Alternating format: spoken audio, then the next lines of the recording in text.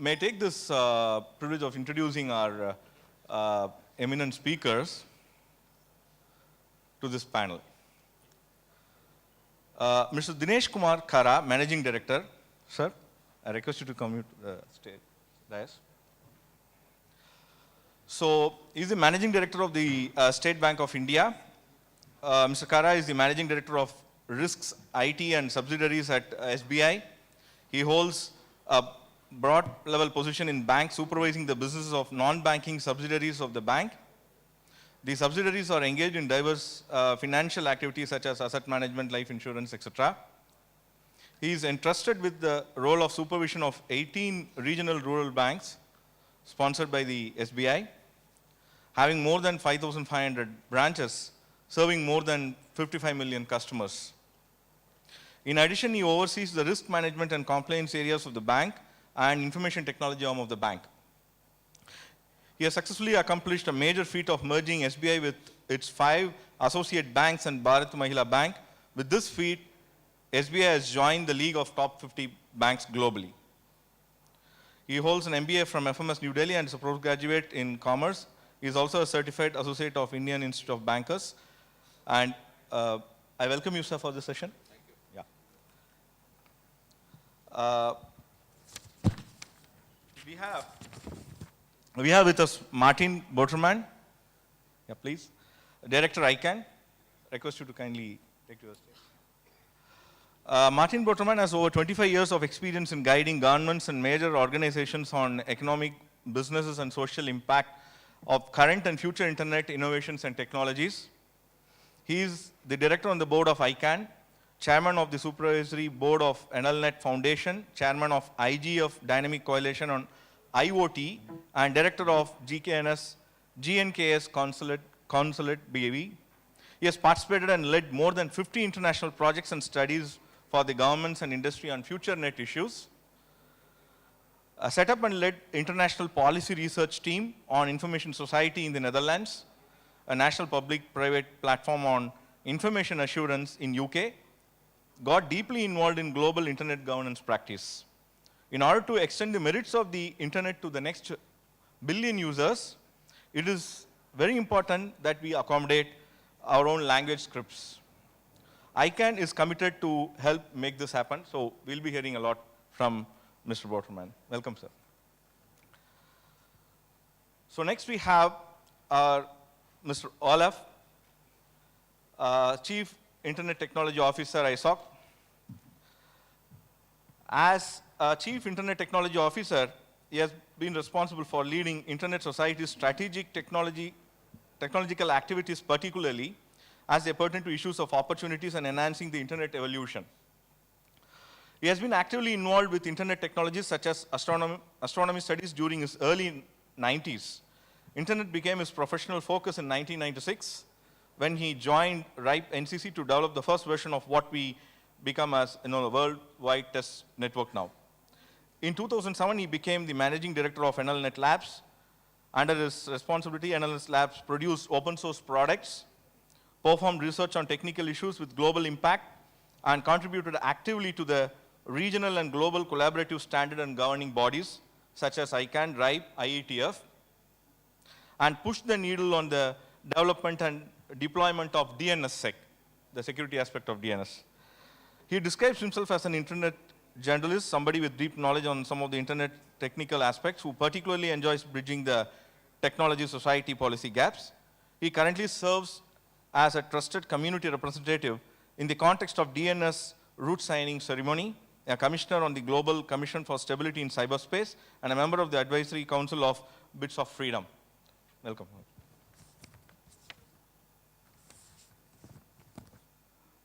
Professor R.K. Shyamasundar, sir, I request you to kindly come to the dais.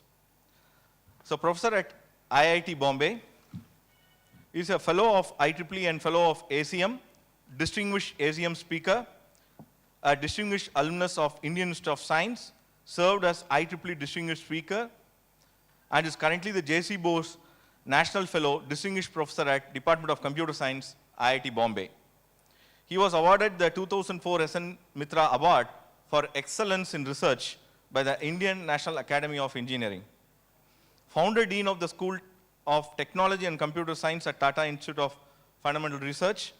His principal areas of research are specification, design and verification of reactive and real-time systems, programming languages, logics of programs, formal methods, computer and network and information security.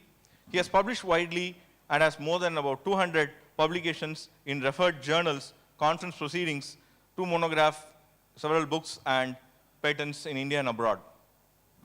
He has given several invited talks at various conferences and has guided more than 35 PhD students who are occupying leading positions in academia and industry.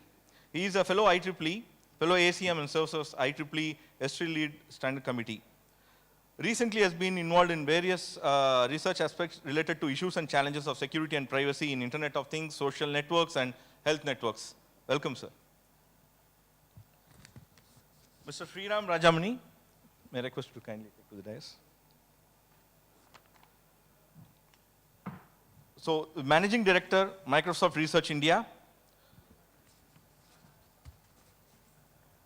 His research interests are in designing, building, and analyzing computer systems in a principled manner.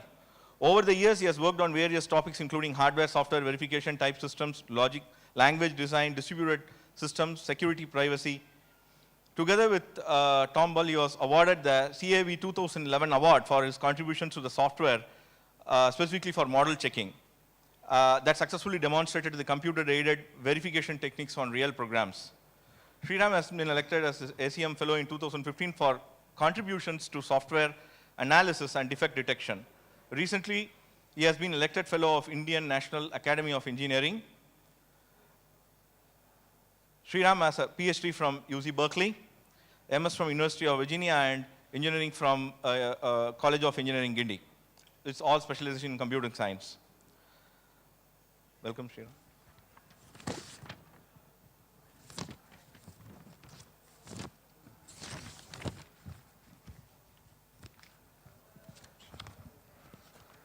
Let me introduce and welcome Mr. Indrajit BANERJEE, Director, UNESCO.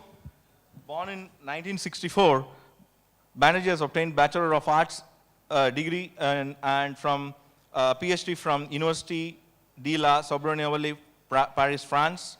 From 1995 to 1996, Mr. BANERJEE pursued his postdoctoral fellowship in communication and media at the Université du Québec, Montreal, Canada.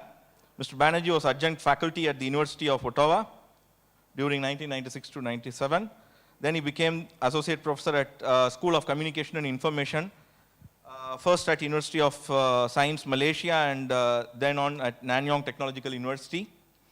Between 2004 to 2009, Mr. BANERJEE also served as Secretary General of the Asian Media Information and Communication Center in Singapore, where he launched a large number of research and publication projects, media conferences, seminars, and training workshops.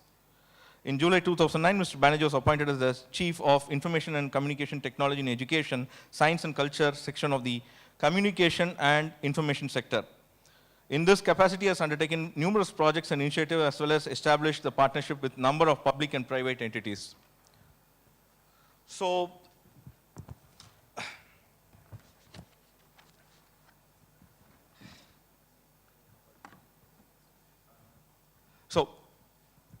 yeah, thank you for that. So we have an interesting, group of eminent speakers over here. So the way what we will be doing now is that we'll have about 3 kind of parts in our panel. One, we would request the eminent speakers to initially talk about their initial remarks and their perspectives of technology for addressing digital divide. Then whereupon we go upon to specific questions to trigger the discussion. And finally, we'll open up the floor for questions. And for being very interactive, I request all the audience to be more interactive, and you can pose the questions at the, as and when the session moves on. So we know that the technology is evolving in a larger way, and adoption of these technologies being seen in variety of disciplines. And digital divide 15 years before was a different scenario, and today what we see is different. So the focus of this panel is to bring about these specific nuances and then dwell upon the challenges and the way forward towards the future and make it more interactive. So let me now, to start with, request Mr. Dinesh Kumar Khara ji to kindly give his initial remarks. Thank you. First and foremost, my sincere thanks to the organizers for giving me an opportunity to address this august house on a subject which is, I think, is very close to each and everybody here. Well, the digital divide is something which is causing a lot of anxiety on the part of many of the countrymen, and also is a matter of concern to really ramp up the kind of requirements which are there to bridge this kind of a digital divide. When I look at the subject digital divide, what really comes to my mind, the immediate requirements. One, of course, is the infrastructure. Second, the players in the ecosystem. Third, the kind of literacy level which is there. Fourth, when we look at the kind of content which attract the attention of many, generally it is available in a language which is English, and the kind of literacy level which we have around the length and breadth of this country, many of the countrymen are not really literate in English. Of late, we have started seeing the content in the regional languages too, but I would say that since majority of the content which is getting developed is in English, so still, many of the people are not really having an access to that kind of a content. But having said that, well, of course, when it comes to money, the color of money is green, and the language is universal across. Representing State Bank of India, the largest bank of the country, we feel that it is our responsibility to ensure that we ensure that the digital becomes the default option for our countrymen. Right. So when we have taken on us a responsibility in terms of educating people across the length and breadth of the country, we have multiple financial literacy centers which we have created, more than 6,000 odd programs which we have convened to create the digital awareness among people. We have created rural self-employment training institutes across the country, and we have done more than 500,000 such programs wherein we are emphasizing upon skill building, and while we are emphasizing upon the skill building, we are also ensuring that the digital education also becomes a part and parcel of the education which is being imparted to the fellow countrymen. So that is one set of people which we have. We are in a situation where when we look at the kind of infrastructure, about 30%, 30 cities in all are having the majority of the digital natives, I would say. And when we look at that, also the fact of the matter is that about 310 million odd subscribers are there. We are observing a trend which is actually people are moving away from the physical and the landline to the mobile lines. And also, I think the kind of traction which we have seen in last about a year or so in terms of the increasing uses of mobile is something which gives us a confidence that the way India had leaped in terms of using mobile phones across the length and breadth of the country, maybe this mobile device will become one of the major channel for offering the digital services across the nation.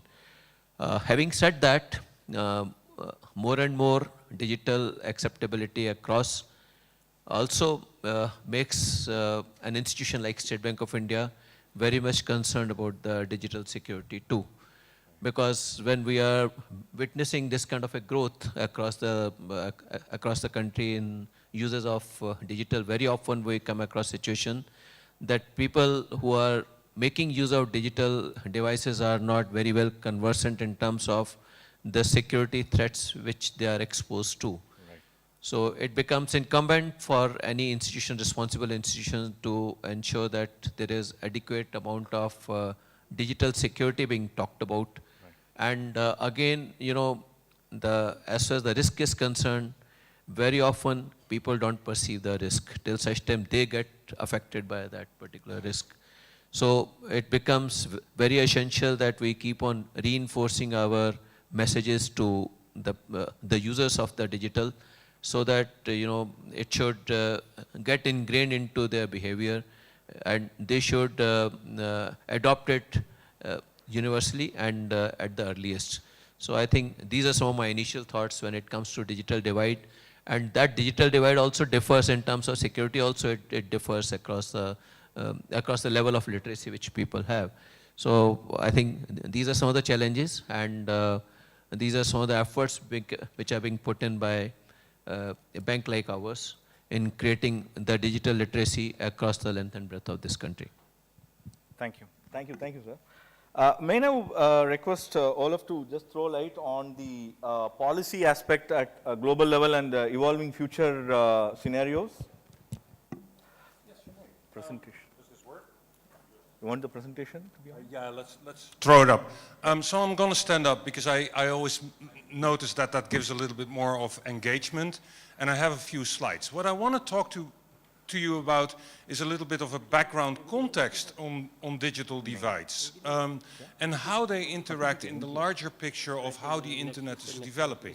In the second part of the panel discussion, we can dive a little bit into more details and activities and so on and so forth.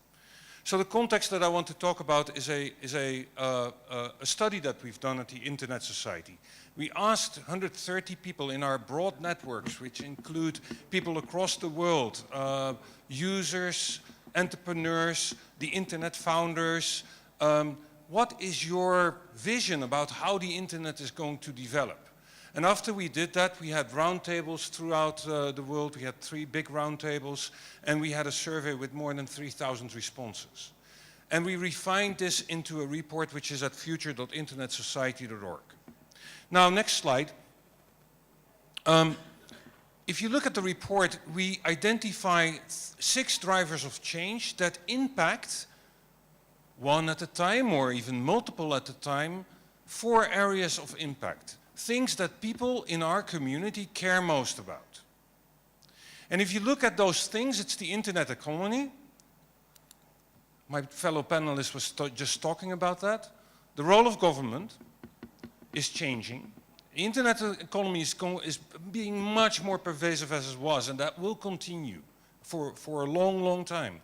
The role of government is changing, and it's going to be more impactful.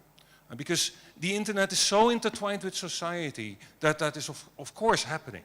Internet and the physical world, the Internet of Things. Artificial intelligence is one of the things that is going to impact, according to our community, our environment. Cyber threats. Cybersecurity, the security of our tools and networks is going to be very impacted. And then evolving network standards and interoperability. In positive ways, but also in negative ways. And these things, more or less, map into how media and society is going to evolve as one of the big areas of impact, how personal freedoms and digital rights are going to evolve, and how digital divides are going to evolve. And you can draw lines from all of these. And the line that I've been, so next slide. I talked about this, next slide. Next slide, we talked about this. Our key findings in the report, so this is the findings of the whole report, is that a security divide will materialize. There will be security haves and security have-nots. That's a big deal. Another finding of the report, and I guess everybody knows this, IoT will fundamentally change what it means to be online. Wherever we walk in the future, we will be seen, measured, and interact with ICTs. Yeah. And we also find that governments in general are fairly ill-equipped to deal with these challenges. Capacity building is important at every level. Now, next slide.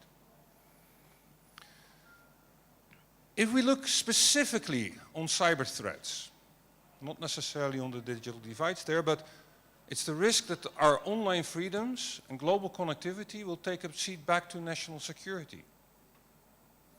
It's very important to us as the internet society that that global fabric, that global connectiveness that brings economic and societal opportunities remains intact. But then again, you know, national security is a thing. It's real. People have to protect their civilians. That's what they're elected for. But we have to find the proper balance. We have to make sure that we keep that internet open and availability because it's good for everybody. We need new accountability incentives and liability measures. We need to make sure that those who produce crap devices for the Internet of Things are being held accountable. We have to make sure that if you are a taxi company and you lose 57 million records, you are being kept accountable. And we have new security challenge. That's next slide. So what to do about this? We believe that a collaborative security approach will bridge these divides, will help close the gaps. Collaborative security approach means that you take action in your environment, where you are responsible, on the scale that you can manage. That means you set up a CSIRT in your environment, you do the training in your locality, but you take responsibility and you do that in a transparent way. Security, so there is a bunch of details here which I won't read. But that's the approach. And you notice that I haven't talked about digital divides, but I'm going to leave that to the second round in the panel. Yeah, thank you all. So may I request Professor Shyamasundar to kindly throw out his initial remarks and thoughts on this specific topic? Maybe should I stand there? No, you can, whatever. It may be easier. Yeah. Can you put on the slides? Yeah. Yes. I have a few slides. I just essentially want to see a digital divide. You have some kind of a inclusivity and exclusivity, and by definition, whether it is corresponding to business or how do you handle these aspects. Where do you? So in a very crude terms, you know, what is the digital divide? An access and a social inequality with regard to access to, use of, or impact of ICT. And so now there are non-technical barriers, as somebody mentioned, particularly in India, languages, and 70% are in rural areas. And corresponding to data cost, you have fixed data plans, and content cost, which are the paywalls. These are some of the things which are a real digital divide, particularly in countries like India, where there is a lot of rural population kind of a framework. And so now, if you look at a spectrum of non-traditional connection technologies, particularly in the US, they have used drones, hot air balloons, and even white spaces. I guess Sriram would be touching upon that kind of a thing. Now the question is the basic idea of all these new technologies or connections, is it connection to people to the internet, or is there something else to the business? That's a question people have to understand before one looks about the digital divide. And so now let us consider the classical data and digital economy. It's a data-based business model. There are no services but advertising. And data is the new gold or the oil. And so Google, Facebook, etc. Commodification and sale of user data is the major thing. And so these are the drivers of the internet economy on which we are building new business. And so collect data about users' personal details, their browsing habits, preferences, search engines, service signups, and so on and so forth. And now privacy and digital economy are at odds. Privacy in India is somewhat misunderstood, but I think on the people who understand what it means, it will become clear. If you look at non-Google version of Android, they are locked out of the Google Play Store. The virtual storefront for apps and media on Android devices and Google's own apps. And so now the question is that is it free market? This is also one of the fundamental things to say about the digital divide. And so now if you look at user, data is a currency through which consumers pay for supposedly free services. If the data is currency, it follows that regulators must attempt to preserve a free market with an optimal outcome of the best service for the least data. Corollary is preserve users' ability to easily transfer their data to a competitor. If you do not pay for a product, then you are a product. That's what is happening. And so now the question is that is there a need, regulator for data? For example, even in Bitcoin, the US embraced on regulators and it went into a lot of problems are there. And so now if you look from Facebook, privacy specification in social media, Facebook privacy specification, it can be breached easily. They say this is your specification, but you can show how you can break it. Is it due to a poor architecture? No, they have done a very excellent job in implementation. And then why is it difficult to comply? No, is it business or advertising? And so technically, is it business, advertising, interest? These are questions that you have to look about. For example, even today, Facebook allows you to choose advertisers based upon the race. And so now, privacy is a very complex technology misunderstood in India by the society, the politicians, and all those things. So there is a need to understand what is privacy. For example, if you say Facebook specifies with whom the information can be shared, that's what in some sense. If you look at Yahoo, it says it can use only for the purpose. I was very happy to see a couple of months back, our Supreme Court essentially used this definition to define what was privacy. And it is a very important thing in health and medical networks, particularly the European Union. It becomes very clear how it is very important. And it's a very, very strange thing if you look Uber, which uses an excellent model to navigate instead of the shortest route, what is the most optimal route from time, etc., kind of a framework. In the US, for example, the senior citizens are the people who live in peaceful areas, they feel they have been invaded. The reason being that earlier, their areas were never seen taxis. But now the taxis go through them because of the modeling. And now the senior citizens take their mobile and move here and back and forth so that the Uber modeling understands there is a traffic and so it does not allow the other traffic to come through. So this is a very huge challenge to decide what is the modeling people are using and kind of a framework or the other. In our own case, we have a huge biometric database, beautiful for identifying once somebody says, this is who I am. But biometric is almost invariant, and hence breach is not recoverable. This is an important aspect we forget. And it cannot work both as a username and a password. This is what is, I think, people have to understand very carefully, particularly in countries like 1.3 billion. And if you do a misstep, the risk in the 10 years would be very, very huge kind of a framework. Cloning capabilities of technology cannot be ignored. And at the same time, complexity of the operating system, even in a small device like an IoT, cannot be underestimated. And so now, let us just give a very brief view of tools for information knowledge, role in digital divide. Access to information is the key to individual position in society. Today, we are in an information flux of information overload with a huge this one. Now you see there is a stratification of information, which is indexed information, ad-based, subscription, proprietary, and exclusive. And now if you say information explosion, you have a huge data. Now you can talk about information versus knowledge. We are going from information age to knowledge age. We need tools to make sense of the information. Access to these tools determines our ability to access the knowledge. For example, if you see indexed information, mediators like Facebook, Google, Amazon, Alexa, IBM Watson, etc., kind of a framework. The business model is advertisement. Mediators avail their services by advertising context calling relevant services to the users, earn from advertisers by finding them audience.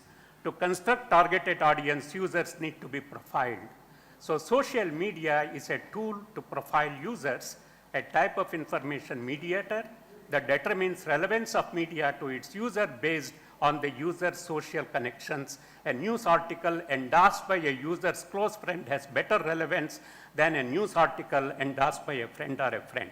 In fact, one of my colleagues does not read newspapers. His friend sends him what is the news feed of today rather than read the newspapers, which are opinions rather than news.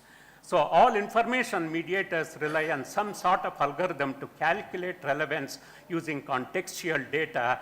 That is, for example, Facebook relies on newsfeed algorithm, Google relies on page rank, etc., and target advertisement relies on relevance. So you see that there is a heavy, this one you can buy ox on varieties of things and hierarchies of data. And social media as an interest-based unifier, community used to be the village, now it is based upon political, educational related, which could be different from varieties of things or the other. And so social network, there is a variety of utility for individuals, which is targeted feeds, product reviews, expression of opinions, location-based, and all of the above reveal something about an individual, leading to the generation of a profile of the individual. So now if you look at estimate of the cost of access, a single Google query uses 1,000 computers in 0.2 seconds. This is Jeff Deans from Google. If a computer costs 1,000 with a lifespan of 2 years, the cost of query is greater than 0.3 cents, excluding electricity and maintenance, but we never pay for the searches we make. You can estimate also in terms of the energy that is needed, kind of a framework. So actual cost of free services, if you look at the Alphabet, it was 5.42, for Facebook 9.32, and the net profit was 3.89 billions. Despite incurring a substantial cost on providing free services, these social media companies are earning handsome net profits. So is it a profitable business to monetize users' personally identifiable information? And social media is a juggernaut run by algorithms. The huge amount of information being generated is mediated and made useful to us using proprietary algorithms. These algorithms decide a user's exposure to relevant information, users' past interactions and other contextual data is being used to tailor information of the user, and erroneous input to the algorithm results in incorrect or misleading information for the user without any redressal.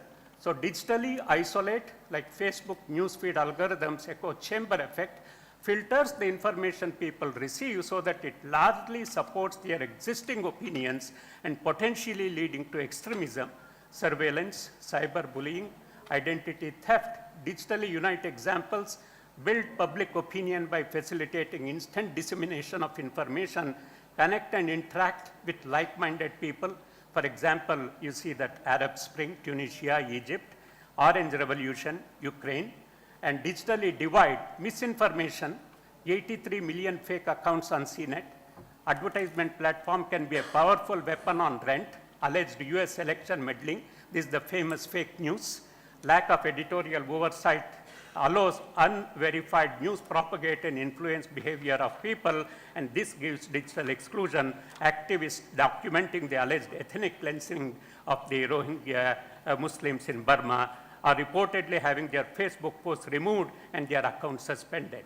And so no doubt about the utility of the social media.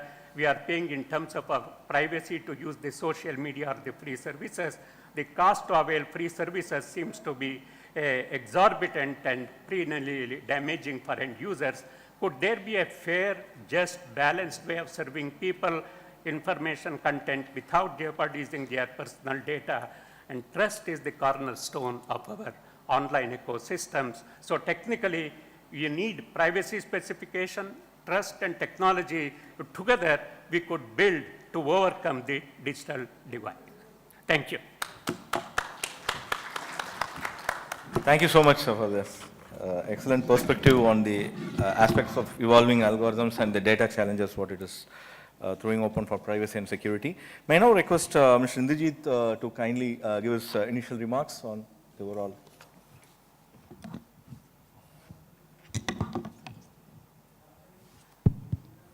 Thank you very much for this kind invitation. Good morning, ladies and gentlemen. It's a pleasure to be here today. My take on digital divide is going to be very much a United Nations UNESCO take on the subject. I think the previous colleagues have spoken very eloquently about different aspects of the digital divide problem. In our view, there have been several major missteps in our understanding of the digital divide. To begin with, let me go back to 2003 when the first World Summit on Information Society happened in Geneva. And the summit was called the World Summit on Information Society. And UNESCO studies and research revealed that it was not really information societies that we were aiming to build, but knowledge societies. So we did the first global report on knowledge societies and presented at the second World Summit on Information Society. It was the first time the term knowledge societies was used at such a major international forum. Now, we discovered in our work that excessive emphasis had been given, and in my view, this is one misperception which continues to persist. Excessive emphasis has been given to connectivity and access to physical infrastructure at the expense of a huge number of other factors which are equally critical in terms of bridging and overcoming the digital divide. And few people even today realize that access to physical infrastructure or connectivity must go hand in hand with the capacity and the skills to leverage this access for whatever purpose. Now, UNESCO did a major report 2 years ago on what we call internet universality. And the idea was, and this is the other side of the coin of the digital divide, how can you make internet universal? And we, in our studies, came up with 4 basic principles which we call ROAM, R-O-A-M. That the internet has to be rights-based, it has to be open, it has to be accessible in the largest sense of the term, and it has to be multi-stakeholder in terms of governance. And if we manage to adopt these principles, I think we will be taking a major step in terms of overcoming challenges of the digital divide. The other side of the problem is that the digital divide, when we refer to it, not only do we give excessive emphasis to connectivity and access to physical infrastructure, but we forget the wide range of divides which constitute the digital divide. For example, gender divides, linguistic divides, generational divides. The older generation, the younger generation, they don't have the same skills to leverage the access, even if they have it. So, minorities, disabilities. So we need to have a much more holistic approach when we discuss the issue of digital divides. I'll give you 2 examples from our experience. And the first one is the problem of languages. Several of my fellow panelists have mentioned it. But for all practical purposes, there are about 7,000 official languages in the world, out of which about between 450 to 500, depending on how you define your languages, are online only. About 65% of the content on the internet is in 2 languages, English and Chinese. So when we talk about access, if people don't have access to local language content, number 1, why would they go online? You can't expect a farmer in Africa or India or a fisherman or whoever to go online to read the CNN and the BBC, right? It has absolutely no relevance. So first aspect of it is the local language, resources, content. The second aspect is how relevant is this content to them? Unless and until, and this is again a big problem of the digital divide which we don't pay attention to, unless and until we provide people with content which will make a difference to the livelihoods, why would anybody go online? And I read a very interesting report recently which said that a large number of people who even have connectivity, who have the internet at home, never go online. And why is that? Because obviously they don't see any purpose in it. So this is a major issue which we are dealing with at UNESCO now. How do you ensure multilingualism in cyberspace?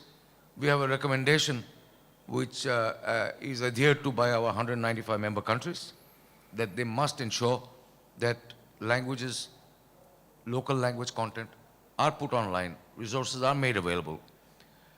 Another startling figure is the fact that more than 60% of the languages which exist today, official languages I'm talking about, will disappear by the end of the century. They're gone. So not only promotion of languages, protection of languages, but preservation of languages becomes a major challenge. And the internet can actually be a very good tool for that. You could have large repositories where we preserve languages which are surely going to die. You can't preserve everything. You can't save every language in the world. I was recently in China, for example, and there was this fascinating story I was told about a language which is called Wushu, if I'm pronouncing it correctly. And this was a language invented a long time ago by women in China. And this was in order to be able to communicate among women. I hope nobody gets any ideas in this room. Huh? This was a language invented by women in China to communicate between themselves so that the men couldn't understand what they were saying. Today, there are apparently 6 people who speak this language. So that's also going to go. But should we preserve that language? At least for posterity's sake. So, wide range of issues with multilingualism in cyberspace, which are directly relevant to the digital divide. The other question that we deal with, and I personally am very involved in it, is the whole question of access for persons with disabilities. Today, and they say that the disabilities community constitutes the largest minority in the world. There are about 1 billion people in this world who suffer from some form of disability. Now tell me, how many websites are there in the world? How many tools are there in the world, ICT tools, which are accessible to disabled people? A handful. So basically, already in terms of digital divide, you have excluded almost 1 billion there, out of the 7 billion on this planet. So we look at the digital divide question from a much more holistic perspective. Connectivity issues are there. Of course, if you don't have connection, you can't access anything. But that's an essential element. And I think in terms of connectivity, we are making progress. There's more and more, 3.8 billion people with, on the internet, about 6.5 billion mobile phone subscriptions. So we are well on the way in terms of connectivity, and that's a physical problem tied to funding, etc., infrastructure, which can be solved. But my view, and I will conclude here, is that the softer aspects of digital divide, as long as we continue ignoring them, digital divides will persist forever. Thank you. Thank you so much, sir. Thank you for that valuable inputs. Yeah, may I now request Mr. Sriram to share his insights into this particular aspect of using technology for addressing digital divide? Yeah, slides.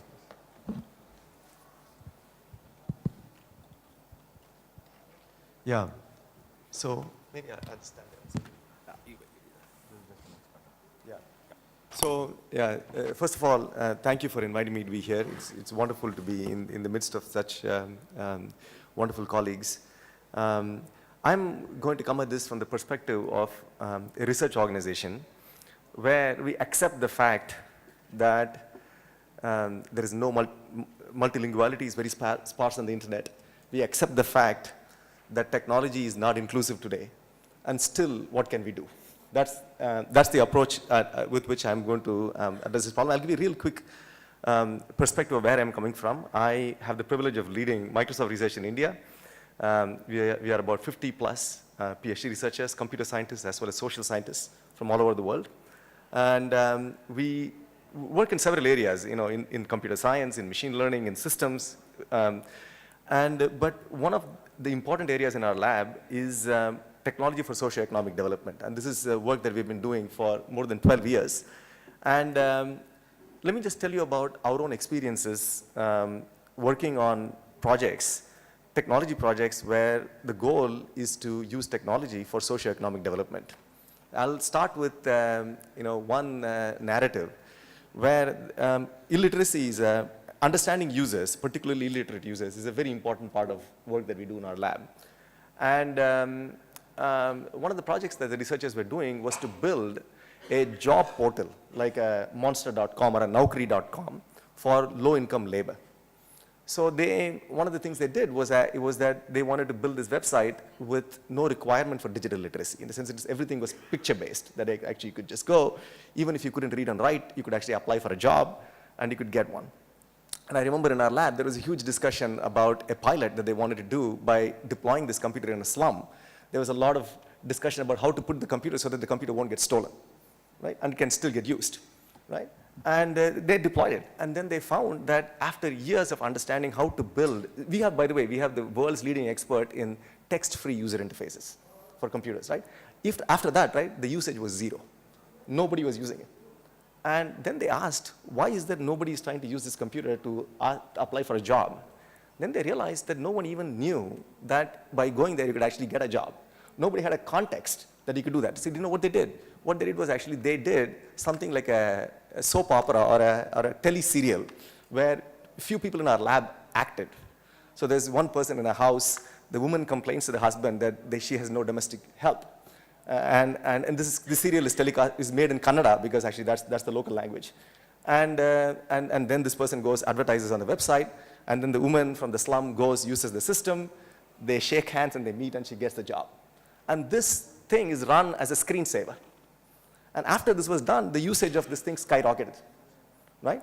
So one of the biggest understanding for me was that literacy is not about textual understanding.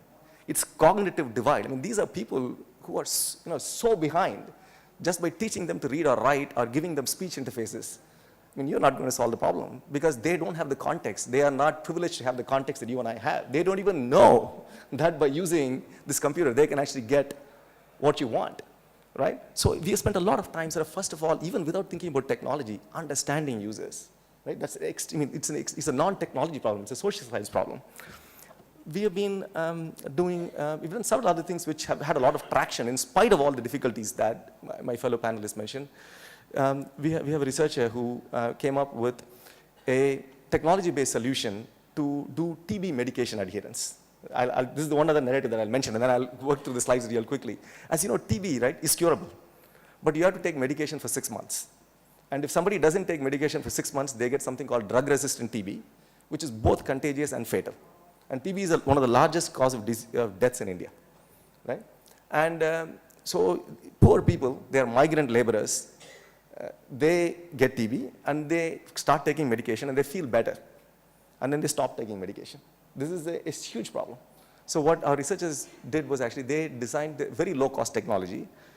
They actually work with the pill packs, the medicines that are given. And then every time you take a pill out, it actually exposes a toll-free number to which actually the patient is counseled to give a missed call. And if the call doesn't come, the computer monitors all of them, and then we can actually we work with NGOs to send people to actually counsel the patient to bring them back. So, it's a very creative use of technology, but the technology is actually not used to replace the human, but it's used to amplify the human will to focus on where the problem is. Instead of a social worker and going and talking to every TB patient, they can now talk to TB patients who are not taking medication, right? So this technique has been now adopted by the government of India, right? Already 50,000 patients have been enrolled, and by the end of the year, 100,000 patients. In 5 states, it is now mandatory to do this, right? So, while these challenges are there, right, I'm an optimist. I actually think that things are actually possible. I'll give one more narrative and then I'll go through other things. You talked about actually languages and non-diversity of language content. So a project that we did is called citizen journalism, where we wanted to have community issues being surfaced in tribal areas where nobody understands the language that these people are speaking. And there is no media reporting that happens, and how do you actually now generate content, right? So some of the researchers built an interactive voice response system where just using a feature phone, people can just leave voice messages. And there is no AI to actually understand those languages because the resources for them are not there. But actually, we build a feedback loop by just advertising the fact that these resources are there. And so people leave a message, and they also listen to other messages that other people have left in the same community. Right? So even though the computer doesn't understand the language, right, the computer is just functioning as a record player, but it's actually just it's letting people communicate with each other. And then when issues reach critical mass, we work with NGOs and then surface that content on mainstream internet. And then Times of India and Hindu and pick up on it. And schools where teachers have not been paid have been paid because of grievance redressal systems like that. So go forward, right? Maybe I should go, yeah. So we've had lots of such experiences like this, and some of them we have managed to spin off into NGOs, companies, and so on. But actually what I want to focus on is actually things that I have learned. We have learned from this process, right? Which is, it is possible to do what we call as frugal innovation, where creative use of low-cost technology, not just technology, but together with social engineering to get traction. As a technologist, right, I think we cannot emphasize more the need for transparent and open measurement of such kind of systems, right? You always, right, you can come up with a shiny gadget, and you can even get people to even pay for it, right? But is it actually really used? Right? You have to do randomized control trials. You have to be very honest about actually what value the technology is providing. And technology, if at all anything, is an amplifier and not a substitute for human ability and ingenuity. Things that we have learned is think about people on the other side of the economic divide as really producers rather than consumers of information. Right? It is not just enough to actually give them, this is what you do for health, this is what you do for education, but they actually have a lot of interesting things to say. Right? Listening to that actually is incredibly important. The differentiation between needs and wants, right? As people on this side of the digital divide, we sort of have a condescending view on people on the other side of the digital divide. Say they need help, they need education. Actually, they are very aspirational. They have actually a lot of wants. And those wants actually create much more technology pull than our condescending attitude to actually help them with what we think they need, right? And I already mentioned about illiteracy. So this is my final slide. I think I'm an optimistic person, and I think the rapid growth of phones, IoT devices, cloud, ML, AI, I mean, they are opportunities, right? But the challenge is really in our will. It's in our will to prioritize inclusive growth, our will to prioritize fairness and transparency and security and privacy. Okay, thank you. Yeah. Thank you, Sriram. Thank you so much for those sharing of experiences and giving insights. Now let me request Botterman to share his thoughts on this topic. Thank you very much. Well, thank you for being here, and thank you for having asked me to be here too. It's a real pleasure. Every time I get to India, I'm more impressed. The richness of the culture, the diversity, how much people are committed to get things done. And this conference has been an excellent experience in that yet. Tonight I even hope to see a little bit more of Delhi with a good friend, because it's just amazing to see how this is a world in itself. I'm from Europe and I work for ICANN, but for many years I've been working on Internet matters. Why? I think partly it's the same reason why you're in this room right now.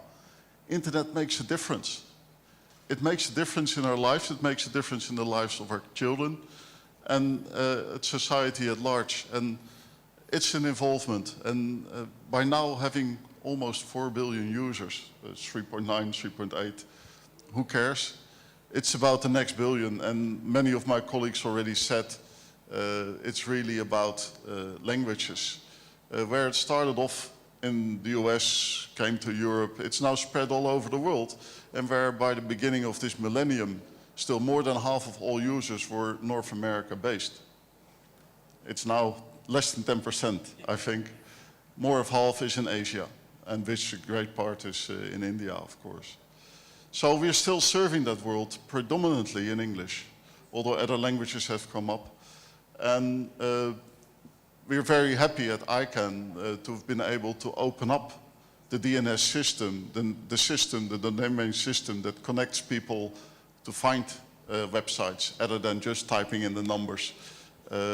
Also to be able to now deal with IDNs, internationalized domain names. So basically scripts like from Sanskrit to Arabic to Chinese and obviously to Hindi, Tamil, etc. Today there's about more than 150 IDN TLDs, top-level domains, that are now in the root. They're not all usable yet, because that's another aspect. How do we get to be able to use it? Because the way these scripts are used is sometimes confusing, either for the eye or for the computer, because it's different digital codes for the same characters. So there's issues to be resolved, and people are working on it. ICANN is committed to help make this world, but there's also other organizations like Microsoft. We got here a probably well-known Indian entrepreneur from XGen who is really trying to make it work in emails as well, that you can use the local scripts in making that happen. So with that, it's truly an opening up to those people who won't be using English. So maybe it's not for them to enable talking across the world like for many of us today, but it may enable them well to be more communicative in their local networks, in the local content, and who knows what the future will bring in terms of ability to translate across languages, technology enabled. That's still a long way, but maybe not as long as some of us think. It may surprise us. So with that, I think I won't add much more to the flood of information you've received here, although there's many gems like privacy, which I understand is very much a cultural context. But technology is also changing how we look upon that. Because first privacy has been very high on the agenda in Europe for a long time, has been less high on the agenda in some other countries. Yet if this world becomes one that is predominantly digitized, we have to think again what privacy means for us, even in countries where it's not about individualism as much as in other countries. And security, without security, we can try to do whatever we want, but we can't ensure that it will happen in that way. So it's real subjects for real people, as the use of new scripts and languages across is.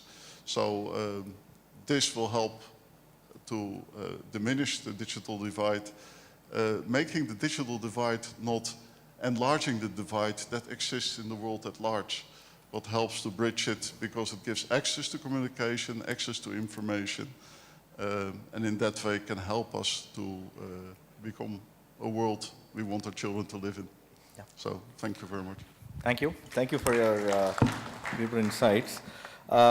Now, we have some specific question that arises out of this initial sharing of experiences and this thing. One query that comes to my mind is, sir, to Mr. Dinesh Khara, is now, as you said, the digital becomes the default option.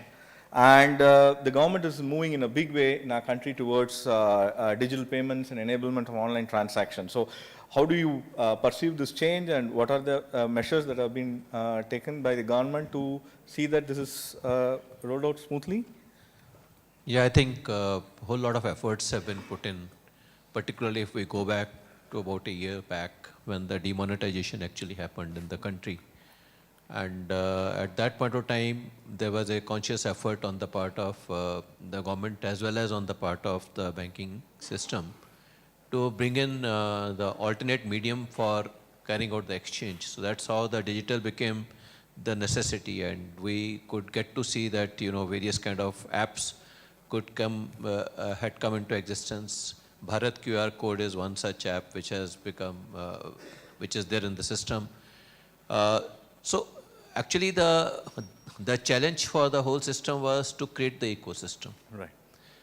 Means that unless and until merchants are there to accept that the digital medium as a payment, right, it could not have really picked up well. I would say that based upon our experience in the bank, we used to have about 26% of the transactions going through the digital mode about a year back, which went up to about 36%. So almost 10% increase, which we have witnessed. We have seen multiple apps which have come into existence in the country. And also we have seen that mobile has become a very acceptable device for various merchant establishments too, for accepting the digital mode of payment. So I would say that, practically the whole financial system geared up for that. Right. The whole trade really geared up for that. And all this has actually led to, if I can say so, it's a leapfrogging as far as the payment system is concerned, particularly in the direction of digital. So I think that is something which has happened. And also there is a definite focus on the part of Government of India too, in terms of providing the broadband connectivity up, in the upcountry locations as well. That is also helping banks like us to really ramp up this particular initiative. We had gone back to core banking way back in the year 2008, which means that we had a connectivity in the nook and corner of this country. I mean, the most difficult locations where even access was almost impossible, physical access was impossible. We had created the centralized computing facility.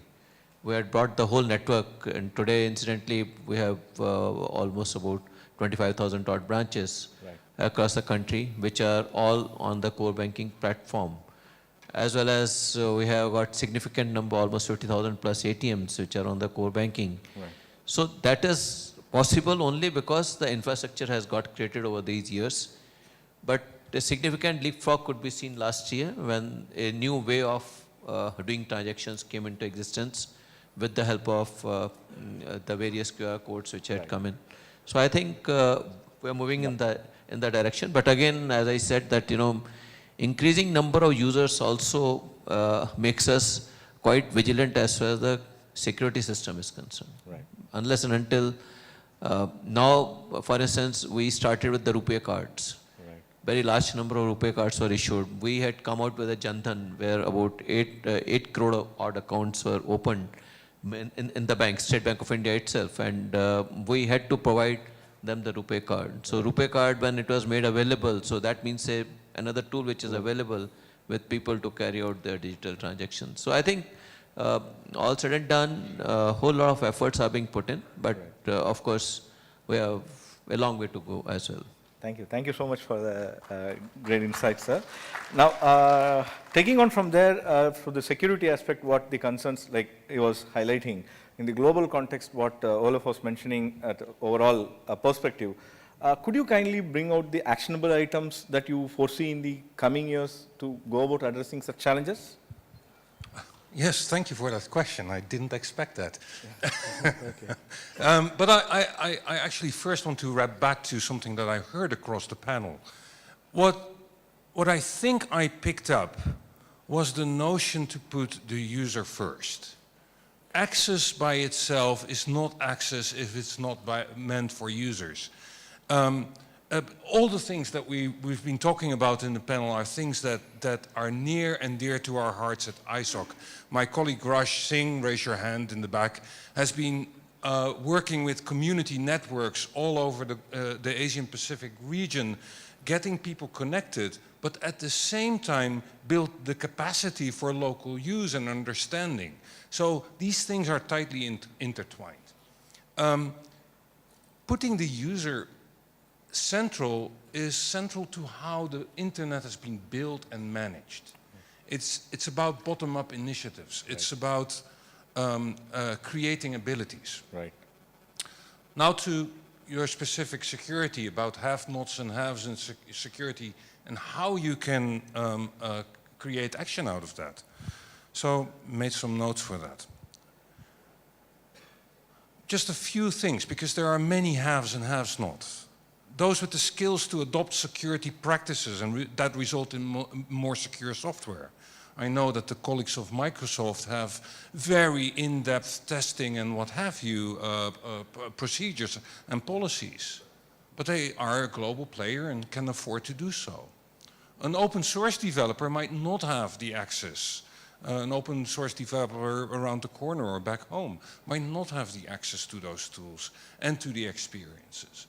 So in that case, a call upon the developers and academics that create these frameworks This was something that Vince Cerf brought up in our futures report. You need new software paradigms to actually level up the security. Those that have access to digital knowledge and those have not. There are two aspects of that. I've heard something around creating digital natives in making sure that each family has access to somebody who is trained digitally. I've heard that early in the week as a thing a vision here in India. And I think that's important.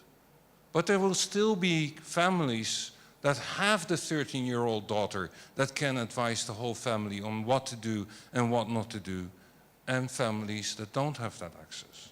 And again here, it's about usability and putting the user central in offering interfaces. And this is a responsibility again for software developers. And I think that was what you were talking about. How do I create something that is intuitive and therefore is secure? And it's also very, very important in the banking. Those that have the collaborative security structures and those have not, or have access to collaborative security.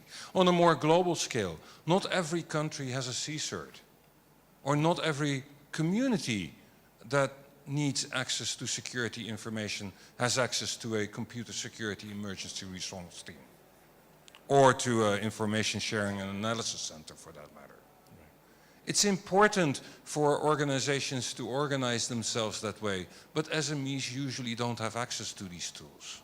And it's the SMEs that are the enterprises of the future. Those who have an iPhone 10 and those who have an Android 4. The Android 10 has a security lifetime with it, has a security SLA. Android 4 doesn't have a security SLA anymore. The people who can afford an iPhone 10 are a very small minority of the people on the globe. The people who are working around with an older operating system that is not maintained anymore is a much bigger fraction. That gap needs to close, and there are, the vendors can do something about that. Yeah. Those that have their personal data compromised and those who have not, that's not up to you. If you are the person whose personal data has been compromised, there's very little you can do.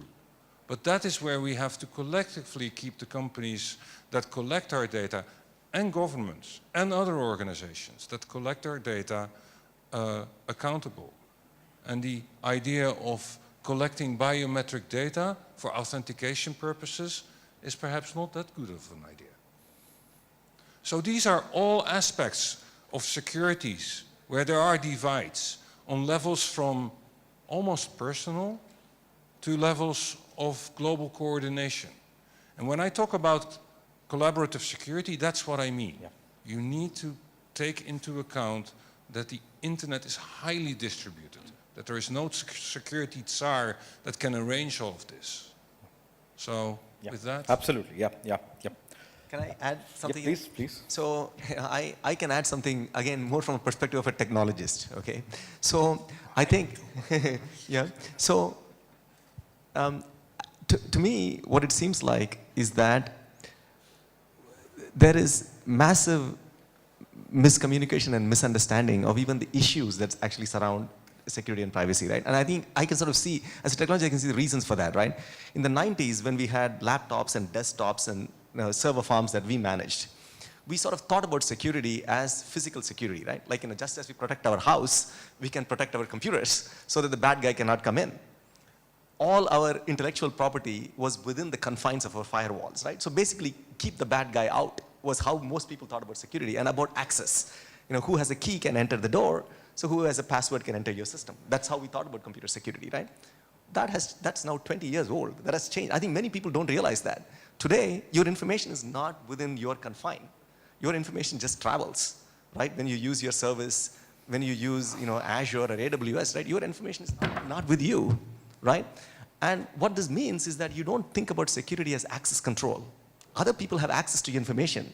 Security is about what they are allowed to do with that information and what they are not allowed to do with that information, which is actually policies about use, not about access, right? The second thing is actually what I find, as a technologist, is that there is this checkbox approach to security that I see being followed.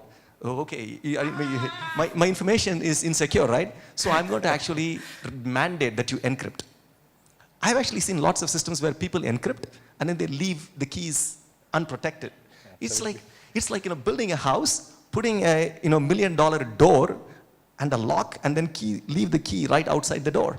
So I think I just see the massive misunderstanding and checkbox approach, right? And I think what needs to be done is technologists like me have to transparently communicate these things, and policymakers have to actually be accountable. And when they say, don't just build a system where we are just checkboxing, but actually mandate and have liabilities if people build systems where things break, and somebody should be liable for those kinds of things. Sorry. Yeah. I fully agree, by the way. And it's not only policymakers. It is the people that deal with our data. So it's also the enterprises. It's also other entities. Individuals, Yeah. I think equally important are the users. They must understand and they must adopt the kind of security which they are supposed to. So the protocol becomes very important for all the players in the system. Yeah, no, very much so. It's also the users themselves. I think there's a lot of things we can do already today to improve our security ourselves and to really engage in that. So becoming aware that this is important is an important step. To adopt those technologies that help us to do it is important too. It's a responsibility of us all. And yes, users should not be expected to take those measures that are technically difficult to do. It's up to companies to make sure it's built in their products. Absolutely. It's up to governments to see to it that this happens. Right. But it's also up to us as users to be aware and not to be too negligent of how we use these means, because we just like it. Yeah. Yeah. Security has a cost. Security has a cost, yes. Security has a cost. And yet when you're talking of common people and when you want it to go to masses and everybody should be able to use it, then who pays for that cost? In the end, it's always the user. But it's about implementing security structures at a general level which are usable, which make a difference. And accountability is one of those factors that will help companies to become more aware of that, of protecting privacy data, of ensuring that security is part of it.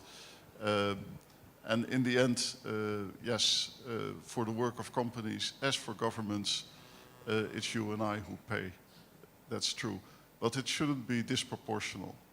And it should make it possible for us to really act and step forward and protect that what is dear to us.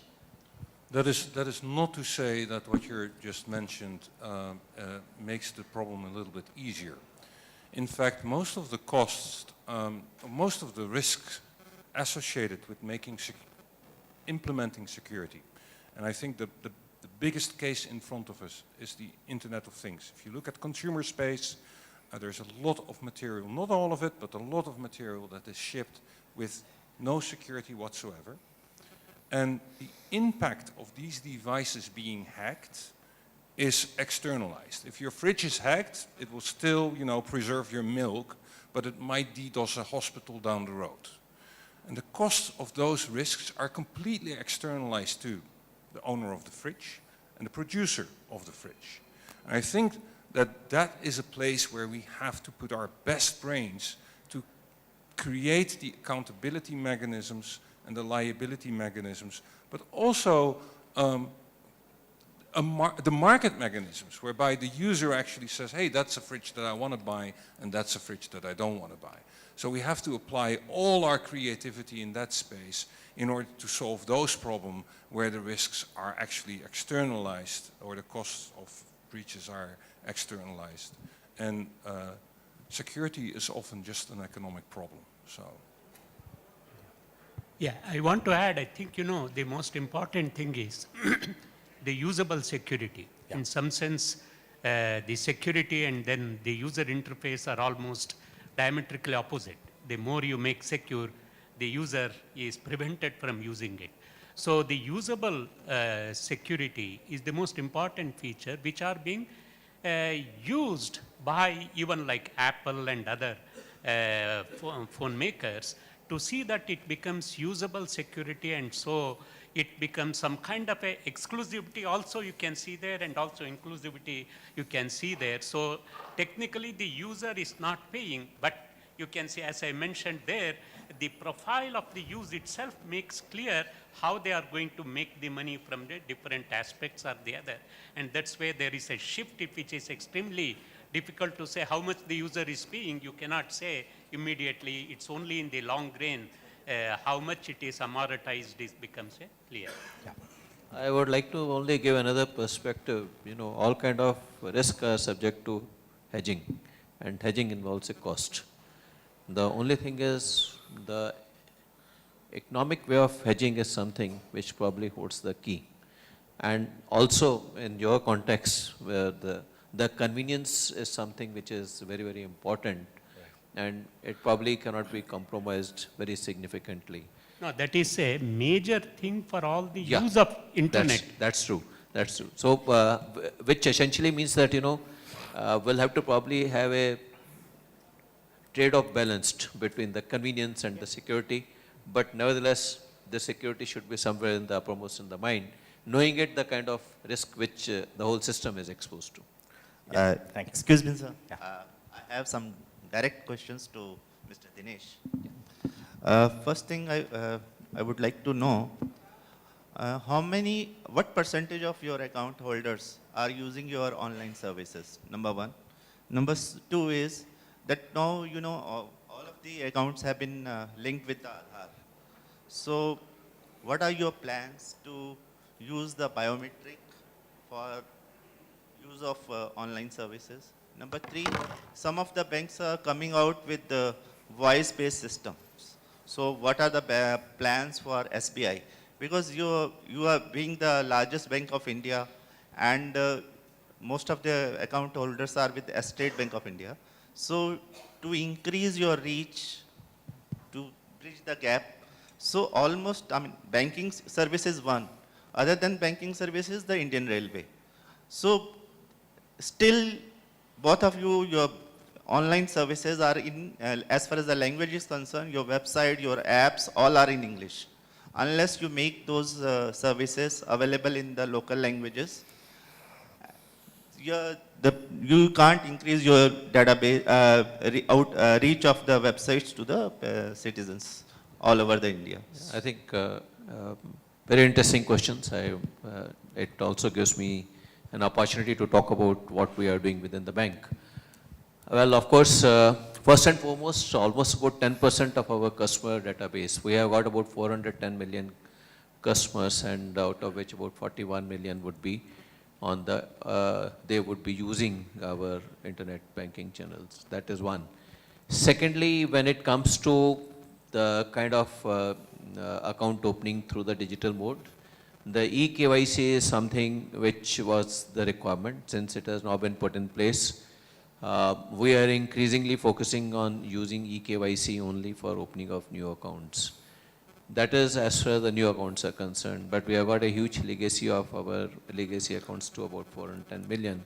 So we have to ensure that they should also be capturing the kind of, the digital kind of a thing, which is having the fingerprints and those kind of things. So that process is on an ongoing basis, it will continue. The third piece is, the third question which you had asked was about relating to? Language. Language. Yeah, we have, of late we have developed our website into multiple languages too. It was earlier, it was only in English. Now we have got the website in Hindi as well. So that is something which we have already done. Well, of course, when it comes to apps also, our effort is to make it available in as many languages as possible, which should make it convenient for many people across. But typically when it comes to apps are essentially for a very limited use, which is there. So I think since much of the transactions are relating to money piece, so there the language is always universal. Yeah. So that is how I would. Yeah. May I? Yeah. First of all, good morning, everyone. Myself, Dr. Hemant Gupta from MIT University, Noida. In this technical session, we have seen that lots of security issues, lots of security aspects have been discussed. So my question is that, what is the biggest challenge for the security of the cyberspace and how we can fight with it? Thank you. Yeah. My view is that it is such a multidimensional problem. It cannot be phrased that simply, right? I mean, I think, my colleague mentioned about, all these IoT devices which are being built without security. They are now targets for, from where you could actually launch DDoS attacks. There's users' information is in so many other places, and we have to actually have societal conversations about policies, about what you're allowed to do with them, what you're not allowed to do with them. Users' information is now in data centers. We have to think about how to encrypt them, protect them. Unfortunately, right, even though I work in this space, I wish I could give you a simple answer. True. Part of the difficulty is that it is such a multifaceted problem. Right. It's about policy, it's about physical attacks, it's about encryption, it's about a lot of things. And I think, unfortunately, we can't do that. I'm sorry. Yeah. Yeah, I want to phrase that in a different word and phrase that in the way that I phrased it during my presentation. Cybersecurity is not one thing. It is not one thing, and there is not one person, one institution, one Tsar that can solve all our cyber problems. There is no single answer to that problem. The best working approach to solving our issues with regards to security in cyberspace is by taking a distributed and collaborative approach. Take responsibility in a what I call subsidiary scale, so a subsidiary, so as close to the problem as possible, which means information exchanges, CSIRTs at local scale, which means if you produce a product, make sure you have vulnerability disclosure. If you are in a government, talk with your civil society, talk with your private sector, and make sure that you have a shared understanding on how to solve the problems associated with data breaches. It is really taking issue by issue by issue, and having the conversation and finding the actionable outcomes. And there are good examples. There are good examples. We've seen them here. First is here trying to bridge CSIRTs between each other. Today, the GFCE will talk about capacity building measures in which states and private partners work together. There are examples by our chapters here in India that approach these things. It's so important to go beyond that question of who can solve this and what is the solution, because it's really a big system and a big approach. May I? A last question, if I'm permitted. Yeah. I'm Dr. Charu from Indian Institute of Public Administration, working in the area of e-governance and ICT for almost past 20 years. It was not e-governance at that time, but ICT for development. I agree with all of you, but I have a little bit more to ask and add if I could.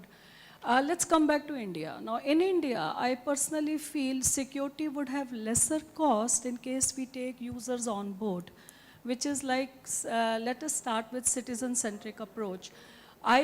Simple mobile phone, why can't it have a manual printed in local language which tells the user of what are the pros and cons of doing whatever we are doing? And the moment we switch on a phone, we'll come to IoT later. The moment I switch on a simple, humble phone, it should first have a Siri-like interface, a conversational interface, which tells the user, okay, if you do this, you do that, this is what you pay for. Second is, I think this should be imbued in strong regulatory framework of our country.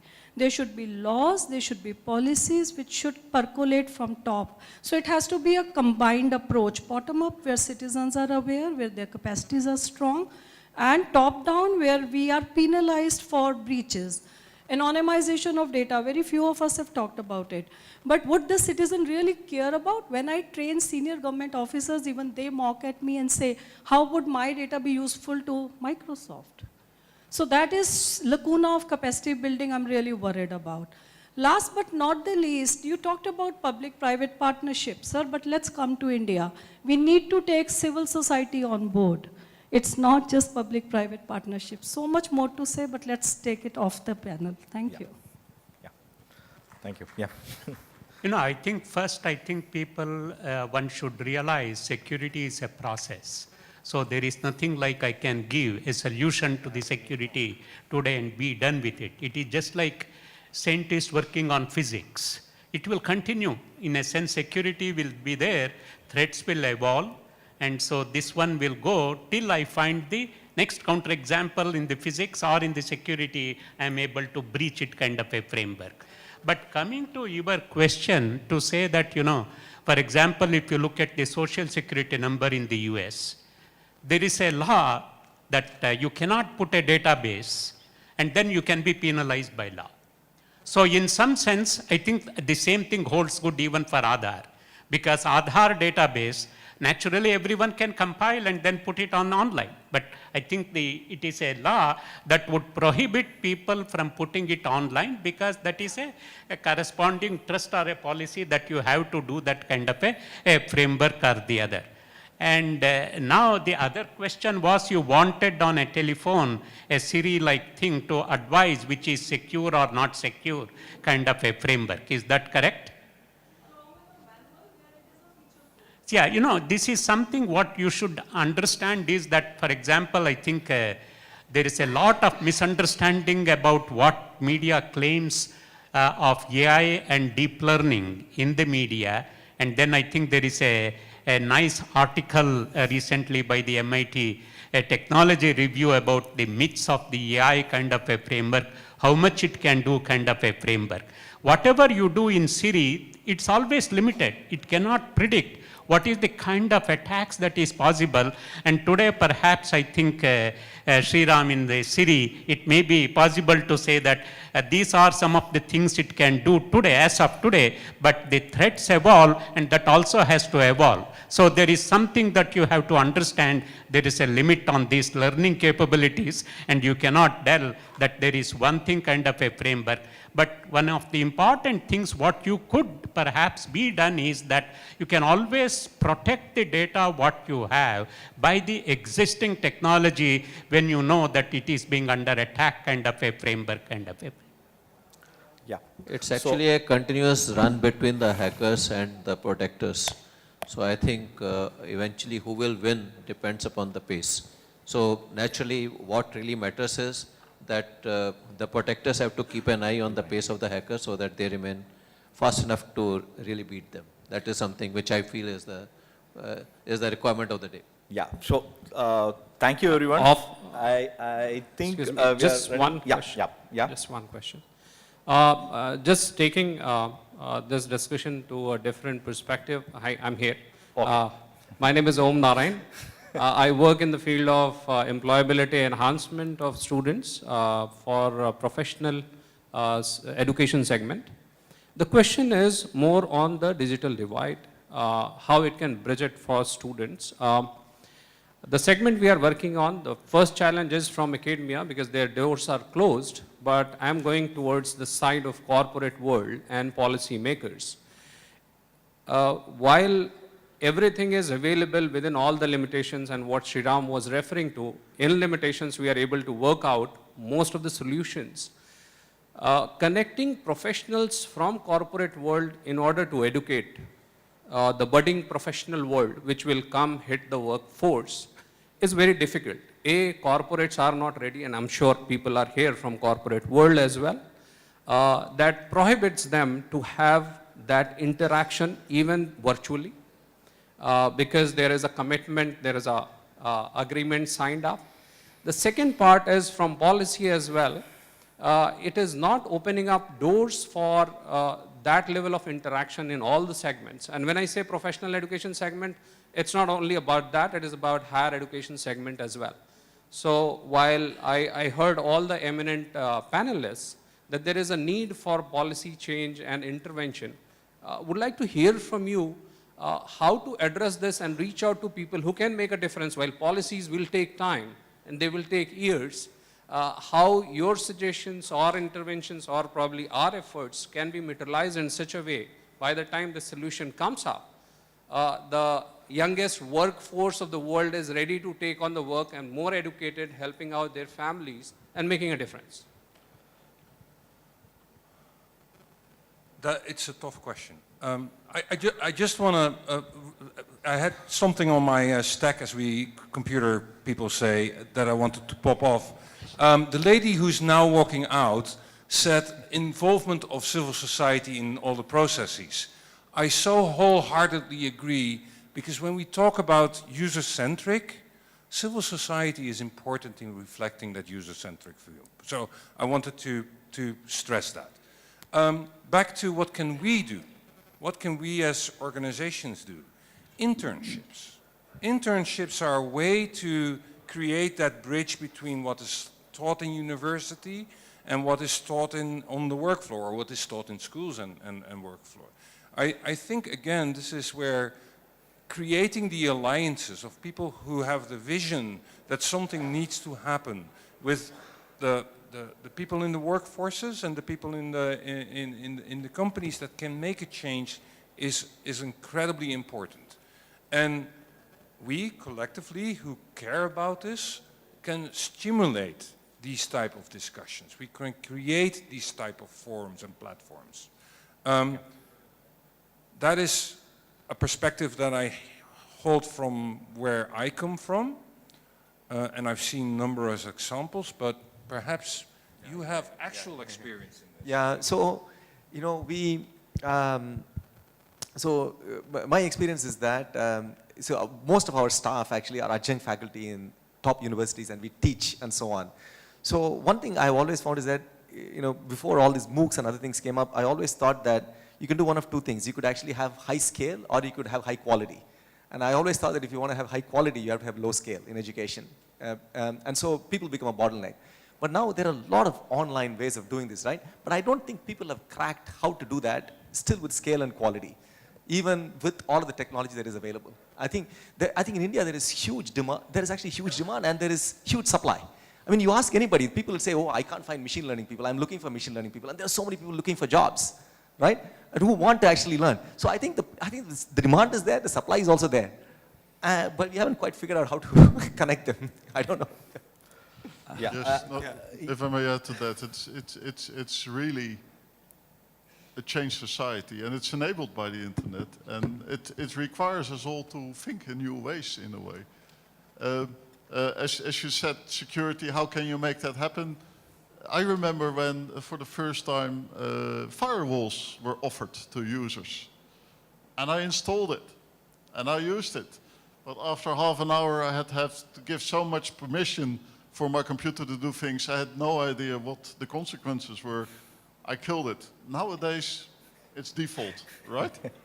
So this is where it shows that there is this changed empowering of users to do things. But users also should take action. And part of my time here has been in talking with people about creating local communities to talk together about how to make best use of what is already available today, to cross-inform each other, to work with people that are providers, to the users, to data providers, service providers, to sit together and say, how can we make the internet work better for us here locally? A lot of information is on the internet. It takes people like you and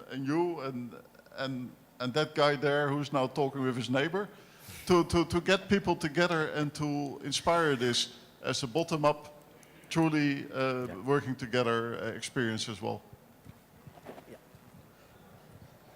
I think your question is extremely relevant, because there seems to be a dichotomy somewhere, which you have highlighted very, very coherently, is that on one hand we're talking about this huge IT explosion, revolution, whatever you want to call it.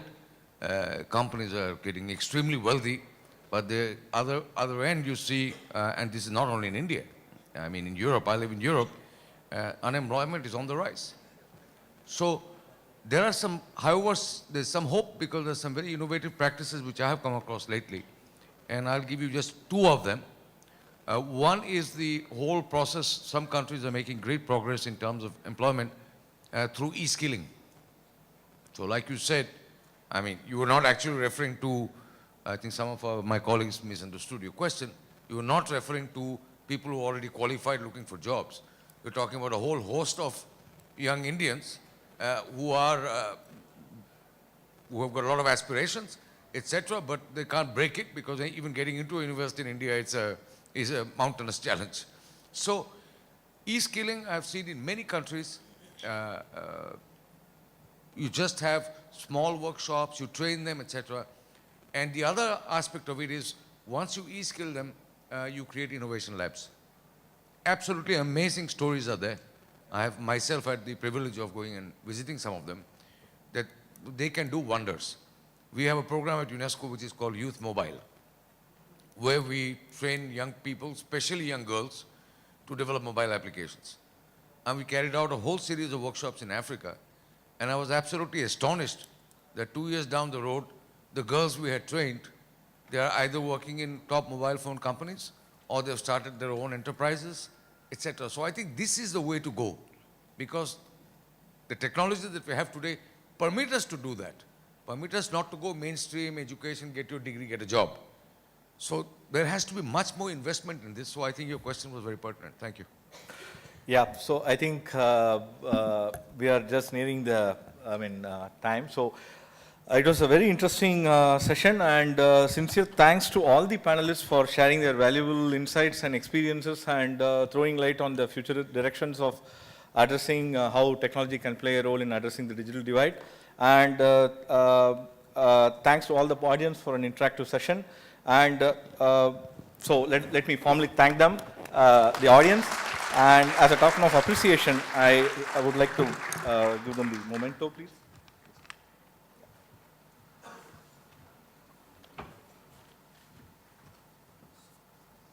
Thank you very much.